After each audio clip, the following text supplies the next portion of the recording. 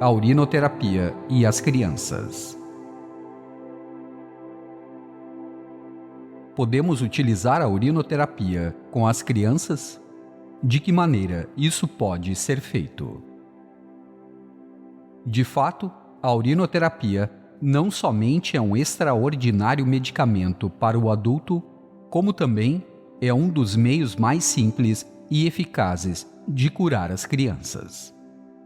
A começar pelo fato de que, graças à urinoterapia, não precisamos manter um armário cheio de medicamentos químicos perigosos.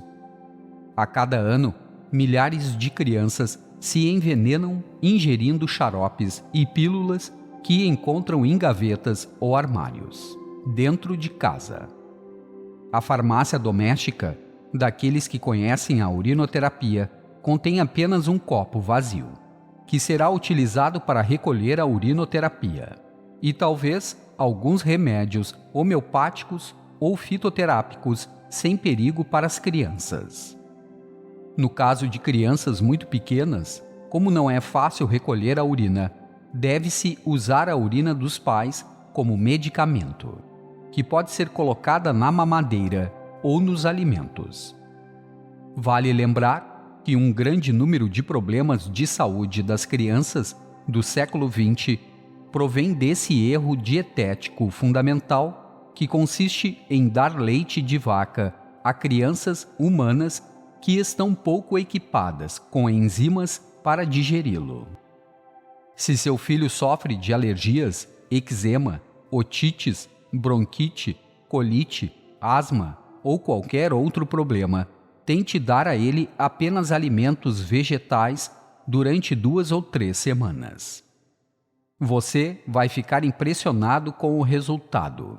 E se usar com ele a urinoterapia, algumas colheres de sopa, em 2 ou 3 copos por dia, irá naturalmente estimular suas forças de cura e verá que ele rapidamente irá recobrar a saúde. Para todas as feridas, pancadas e queimaduras, a urinoterapia em compressas é infinitamente mais eficaz que todos os produtos comprados em farmácia. Para reforçar a imunidade, a urina funciona como uma autovacina natural e sem perigos, ao contrário das vacinas industriais, das quais, a cada dia, mais se constata a toxicidade. Ao utilizar a urinoterapia com seus filhos desde a mais tenra idade, você irá familiarizá-los com um conceito de autocura que irá acompanhá-los por toda a vida e lhes dará a chance de não se tornarem escravos da indústria farmacêutica. A doutora Françoise Berthoud, pediatra de Genebra, nos ensina um ótimo meio de usar a urinoterapia com bebês. Coloque um lenço de tecido nas fraldas. Quando ele estiver impregnado de urina, contanto que não haja fezes junto, torça e recolha o precioso líquido numa mamadeira, para que depois ele possa ser dado à criança. Ela poderá fazer a experiência de uma vida inteira de saúde e bem-estar, evitando doenças, hospitais, operações e sofrimentos de todo tipo. A urinoterapia nos Estados Unidos. No best-seller americano, Seu Remédio Perfeito, da editora Self-Healing Press, a autora Martha Christie conta como viveu até a idade de 40 anos, passando sem intervalos de uma doença para outra. Infecções crônicas dos rins e da vesícula, repetidas otites e sinusites, colite ulcerosa, insuficiência suprarrenal, alergias múltiplas, endometriose, obesidade, etc. Apesar das quantidades impressionantes de medicamentos de todo tipo, sua vida era um grande calvário. Muitas operações marcaram sua caminhada. Com o tempo, seu desespero só aumentava, pois suas dores não paravam nunca e ela não podia ter nenhuma atividade contínua. Tão grande era seu cansaço. Um dia, seu marido mostrou-lhe o livro de Armstrong, Sobre a Água da Vida, e ela o leu de uma tirada só.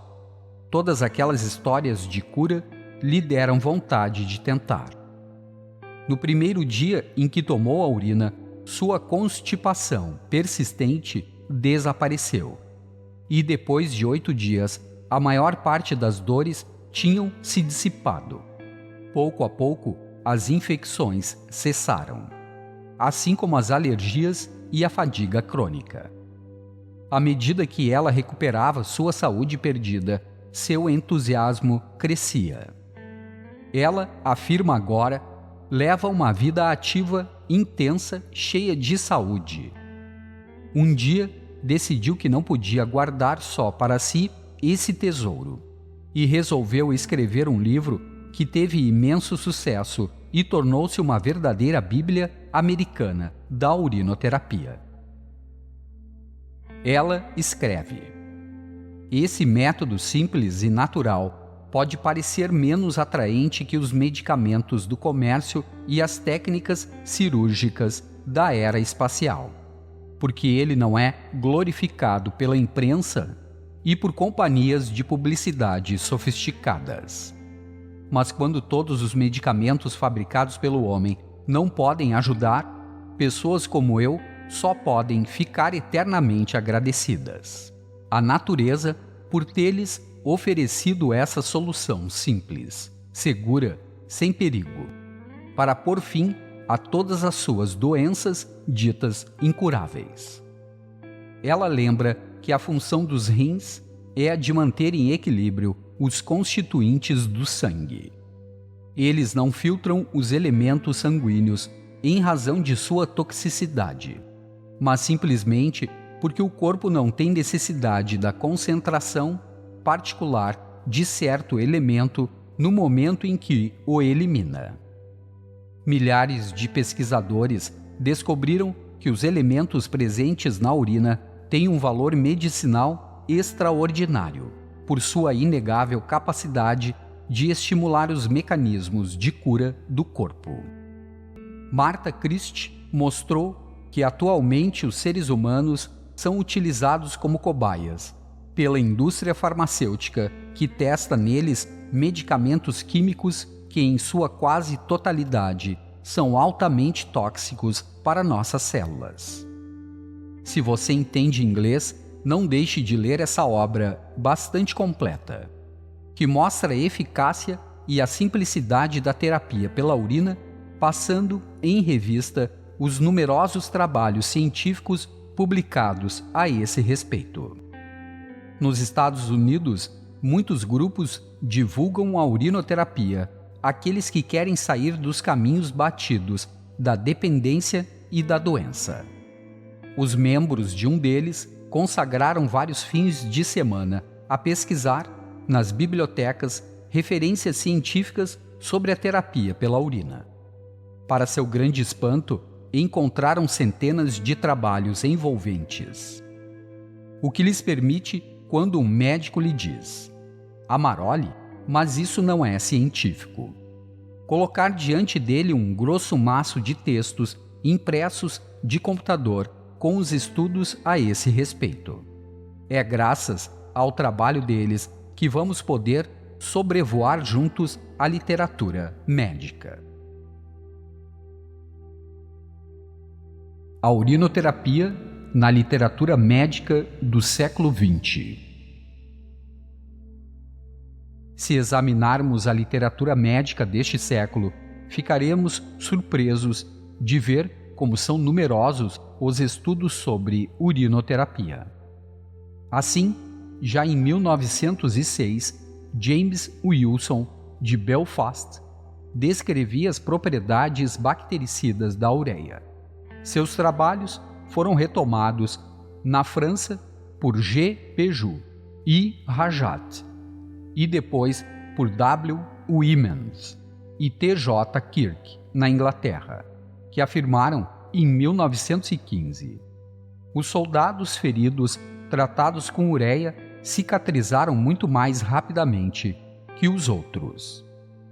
Em 1918, em seu tratado de urinoterapia, o Dr. Charles Duncan, de Nova York, mostrou que todas as substâncias produzidas pelo corpo têm notáveis efeitos terapêuticos.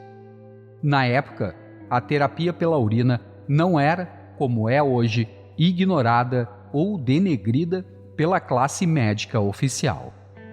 Fazia parte de métodos terapêuticos considerados com respeito e estudados com apuro. Duncan cita numerosos casos de curas de doenças diversas pela urinoterapia, utilizada por via oral ou em injeções subcutâneas.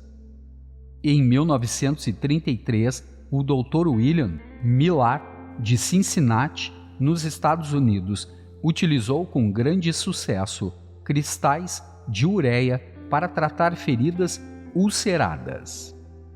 Em 1934, o Dr. Martin Krebs, pediatra de Leipzig, escreveu: injeções intramusculares de urina do paciente permitem melhoras notáveis de estados alérgicos, asmas, espasmos musculares decorrentes de traumatismos cerebrais de nascimento, enxaquecas e eczemas.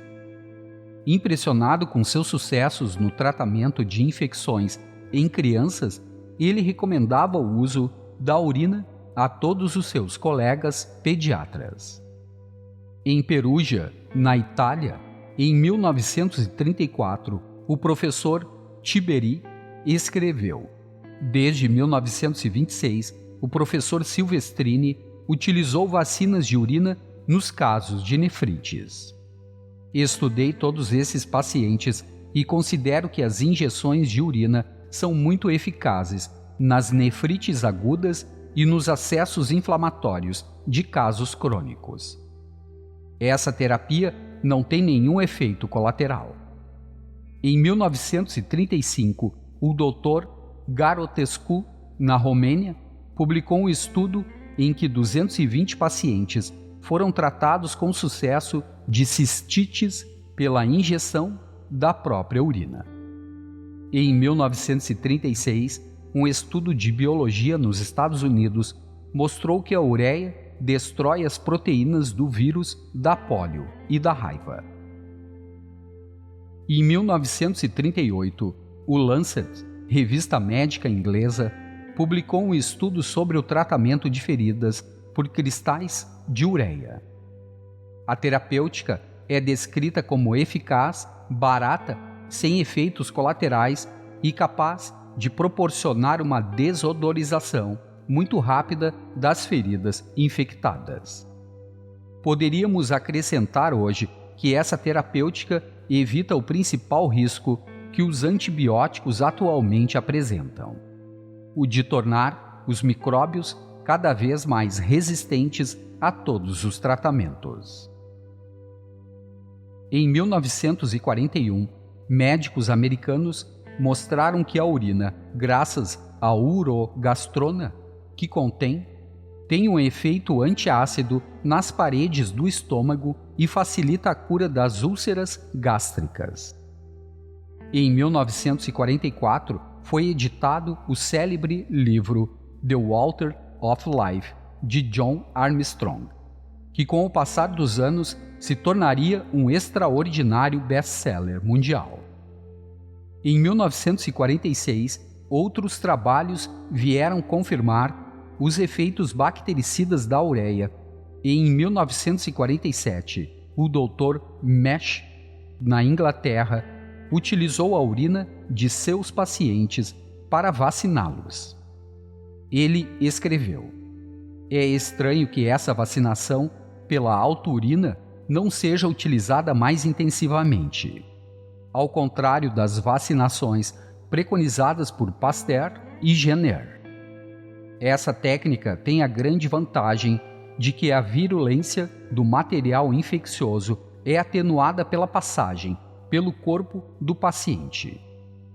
Ao praticar injeções intramusculares da urina, obtive excelentes resultados em numerosas afecções.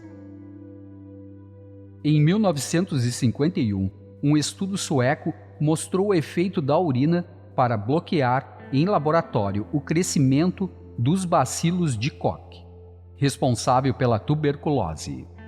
Esse trabalho foi confirmado por um estudo japonês em 1965. Em 1956 e 1957, estudos americanos mostraram o valor da urina para diminuir os edemas cerebrais. Numerosos neurocirurgiões a utilizaram na forma de injeção intravenosa. Eles ficaram encantados com seu extraordinário efeito diurético e pela ausência de efeitos colaterais. Em 1961, o Dr. Schlegel, de Nova Orleans, Estados Unidos, exaltou o mérito da urina como anti-infeccioso urinário, tal como fez o Dr. Kai, de Nova York. Em 1962, um interessante estudo da Escola de Medicina de Harvard descreveu o interesse para a terapêutica dos anticorpos presentes na urina. Em 1968, Walser, um americano, notou que a ureia não deve mais ser considerada apenas como um produto terminal do metabolismo das proteínas, porque ela pode ser utilizada para a síntese das proteínas. Em outras palavras, a ureia não é um dejeto, mas sim um elemento importante para manter níveis adequados de nitrogênio no sangue, a fim de que o metabolismo proteico possa ser realizado normalmente. Em 1975, Free e Free explicaram que milhares de substâncias foram identificadas na urina normal, a maior parte delas provenientes do sangue. Eles publicaram uma lista de componentes esclarecendo que existem com certeza milhares de outros. Para se ter uma ideia, eis aqui duas tabelas extraídas da publicação deles. Elementos na urina: alanina, 38 mg por dia; arginina, 32 mg por dia; ácido ascórbico, 30 mg por dia; alantoína, 2 mg por dia; aminoácidos totais, 2,1 mg por dia; bicarbonato, 140 mg por dia; biotina, 35 mg por dia; cálcio, 23 mg por dia; creatina, 1,4 mg por dia; cistina, 120 mg por dia; dopamina, 0,4 mg por dia; epinefrina, 0,01 mg por dia; ácido fólico, 4 mg por dia; glicose, 100 mg por dia; ácido glutamínico, 308 mg por dia; glicina, 455 mg por dia; inositol, 4 mg por dia; iodo, 0,25 mg por dia; ferro, 0,5 mg por dia; lisina, 56 mg por dia; magnésio, 100 mg por dia; manganês, 0,5 mg por dia; metiona, 10 mg por dia; nitrogênio, 10 mg por dia; omitina, 10 mg por dia; ácido pantotênico, 3 mg por dia; fenilanina, 21 mg por dia; fósforo orgânico, 2,5 mg por dia; proteínas totais, 35 mg por dia; riboflavina, 0,9 mg por dia; triptofano, 28 mg por dia; tirosina, 50 mg por dia; ureia, 24,5 mg por dia; Vitamina B6, 100 mg por dia. Vitamina B1, 20,03 mg por dia.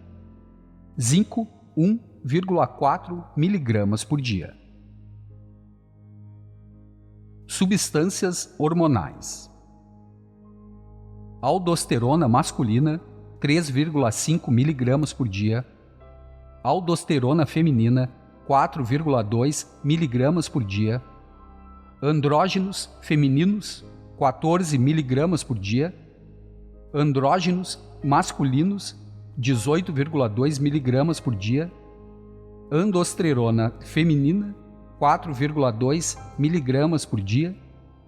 E andosterona masculina, 3,5 mg por dia. Estradiol feminino, fase lútea, 7 mg por dia. Estriol feminino, fase lútea, 28 mg por dia. Estrona, fase lútea, 14 mg por dia. 17 adrenocorticoides cetogênicos femininos, 12,6 mg por dia. 17 adrenocorticoides cetogênicos masculinos, 14,7 mg por dia. E esteroides cetônicos, 18,2 mg por dia. Um dos pontos interessantes colocados em evidência por essas pesquisas é o fato de que a urina contém substâncias nutritivas e hormonais de alto valor. Assim, a vitamina B6 se encontra na urina não somente sob a forma completa, chamada piridoxina, mas também sob a forma de seus compostos piridoxal e piridoxamina, substâncias indispensáveis ao metabolismo de muitos tecidos. Para as pessoas que têm dificuldade em absorver a vitamina B6, em razão de seu tubo digestivo doente ou da utilização de contraceptivos orais, antibióticos ou drogas, a urina representa um meio precioso de evitar as carências vitamínicas. A urina tem propriedades que os complexos químicos fabricados pelo homem não têm. Assim, Bjorn Eco provou que a urina humana contém um fator que inibe o crescimento do bacilo de Koch, tuberculose, fator que ainda não foi sintetizado pelos laboratórios de pesquisa médica. Desde 1940, centenas de pesquisadores estudaram um fator H11, que inibe o crescimento de tumores cancerosos. Apesar das numerosas pesquisas em laboratório e das centenas de casos de pacientes que mostram a eficiência do extrato urinário, as autoridades médicas o colocaram de lado como tratamento reconhecido do câncer. Trabalhos alemães, americanos, japoneses e franceses também mostraram a eficácia da urina, ou de extratos urinários, no tratamento do câncer, mas não foram seguidos de novos protocolos terapêuticos.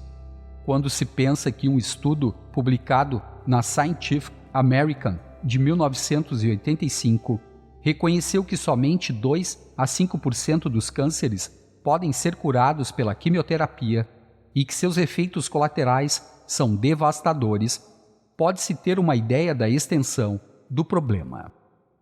Preferiu-se tratar os cânceres com medicamentos altamente tóxicos, mas que rendem milhões para aqueles que os fabricam, do que se interessar pela urina, cuja eficácia é comprovada por inúmeros trabalhos científicos de alto nível e não apresenta nenhum efeito colateral. Em 1979, Gary Null, jornalista de Nova York, relatou de que maneira os notáveis trabalhos de Burzynski sobre as antineoplastonas, substâncias anticâncer encontradas na urina, tinham sido abafados pela comunidade científica. No entanto, os efeitos dessas antineoplastonas eram notáveis. Burzynski achava que a informação contida nas antineoplastonas podia reprogramar as células cancerosas para que elas se tornassem normais. Em Houston, Estados Unidos, esse médico continua a cuidar, com sucesso, de pacientes atingidos pelo câncer, apesar das perseguições que sofre por parte da Cancer Society e do National Cancer Institute. Esses últimos, em vez de defender os interesses dos doentes, protegem o domínio da indústria farmacêutica no tratamento do câncer. Para escapar dessa ditadura médico-farmacêutica, muitos norte-americanos hoje vão se tratar nas clínicas de medicina natural do México. De fato, a urina contém toda uma série de peptídeos e de aminoácidos que fazem parte de um sistema de defesa bioquímica capaz de dar suporte ao sistema imunológico, reprogramando e normalizando as células anormais que levam ao câncer, à AIDS, a doenças autoimunes e aos tumores benignos. Um dos campos mais estudados pelos médicos e pesquisadores é o tratamento das alergias pela urina. Num capítulo a esse respeito, um manual médico americano declarou, em 1982, que a aplicação, injeção ou ingestão de urina são empregadas para tratar alergias há pelo menos 4.000 anos. Essa terapia parece ter desaparecido por vezes para ressurgir em outros momentos. Enquanto a maioria dos tratamentos ditos milagrosos desapareceu, essa terapia persistiu. Parece que ela estimula de maneira constante o sistema imunológico e permite um aumento das células T4. Os pesquisadores também exploraram os efeitos da urinoterapia no tratamento das doenças psiquiátricas, doenças renais, gonorreia e outras doenças infecciosas, embolias e problemas devidos à arteriosclerose, graças à urocinase, que dissolve as tromboses, e doenças da pele, eczemas, psoríase, feridas e envelhecimento. Nesse campo, os estudos demonstraram a superioridade da urina, ou da ureia, em relação aos cremes à base de óleos minerais para hidratar as células da pele.